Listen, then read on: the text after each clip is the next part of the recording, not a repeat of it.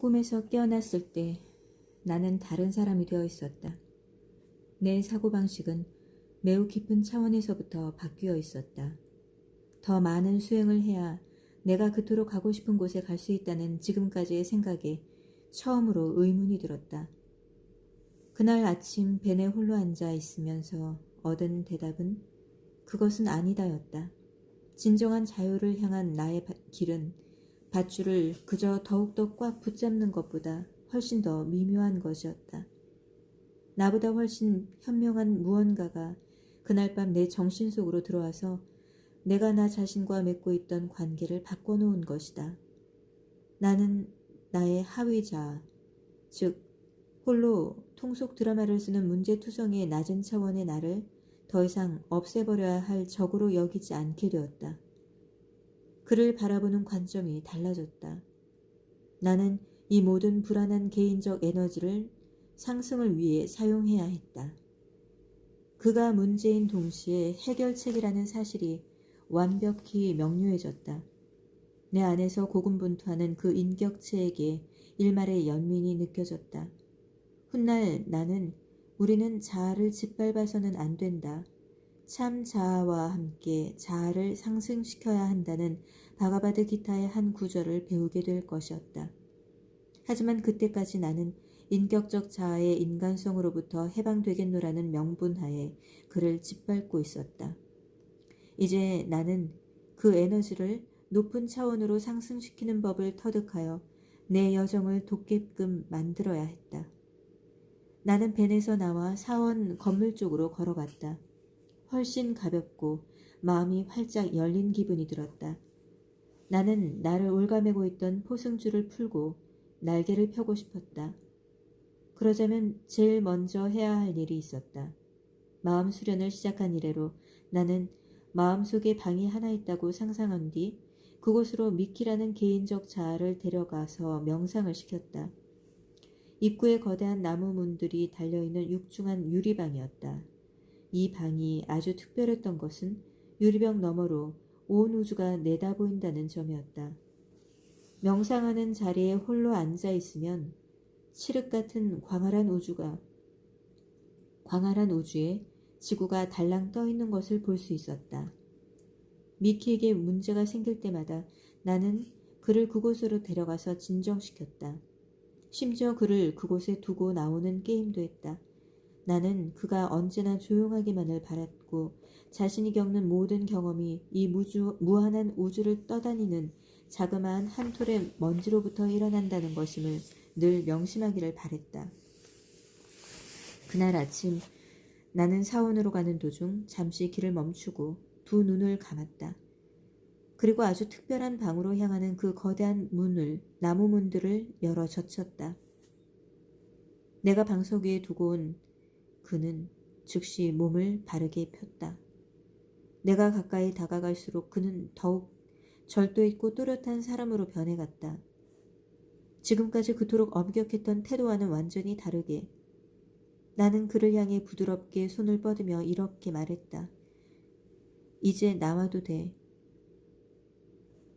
이 말을 한 뒤에 일어난 일을 생각하면 내맡기기 연습을 그저 무해한 마음게임의 일종이라고 생각했던 것이 지금도 부끄러워진다. 그 말을 내뱉은 순간 감히 상상도 해본 적 없는 강렬한 감정이 한꺼번에 분출해 나왔다. 눈물이 폭포처럼 쏟아졌고 다리 힘이 풀리면서 나는 그 자리에 털썩 주저앉았다. 어떤 거대한 사건이 일어나 평생치의 감정이 해소된 것처럼 가슴이 쪼개지듯 열렸다. 이 카타르시스적인 분출이 한 달락 끝나자 평생 잊지 못할 어떤 깨달음이 머리를 스쳤다. 내가 지켜보고 판단해왔던 내면의 저 두려움 많고 문제적인 인물이야말로 실로 하나의 인격체, 사람이라는 자각이었다. 마음, 정신은 느낌과 생각과 희망과 두려움과 꿈을 지닌 하나의 인격체, 사람이다. 그런 그를 방 안에 가둬두고 끊임없이 입 좀 다물라고 해서는 안 되는 것이었다. 불안하고 자기중심적인 이 에너지를 훨씬 더 건설적으로 다룰 수 있는 방법이 많이 있었다. 하지만 안타깝게도 나는 이 교훈을 아주 어렵게 깨달아야만 했다. 경험을 통해서 말이다.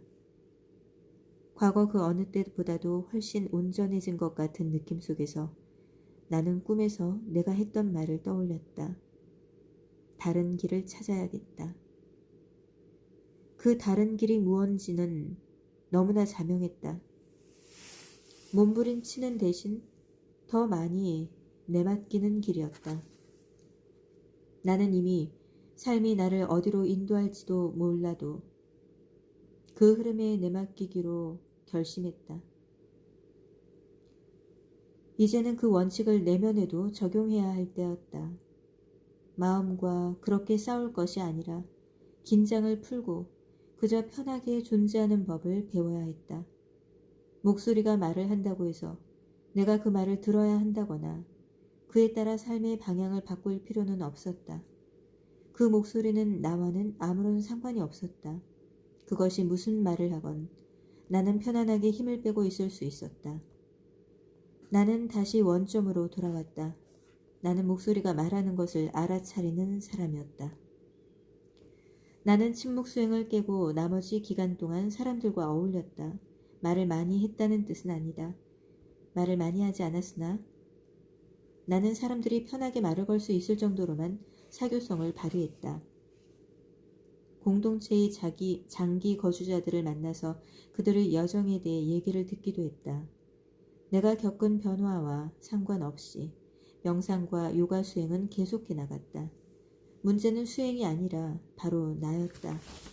내 발목을 잡고 있던 것은 다름 아닌 완벽하고 절대적인 수행이라는 머릿속의 개념이었다. 명상을 할 때 나는 낮은 차원의 에너지를 아래로 누름으로써 높은 수준을 성취했다. 하지만 그것은 일종의 억압이었다. 그 에너지들을 나에게서 밀어낼 게 아니라 위로 보내는 법을 배워야 했다. 시간은 다소 걸렸지만 그래도 나는 결국 요가의 진정한 목적을 깨닫기 시작했다. 제대로 수행하기만 한다면 요가는 모든 에너지를 상승시켜 결국에는 최고의 경지인 하나됨으로 통합시키는 과학이다.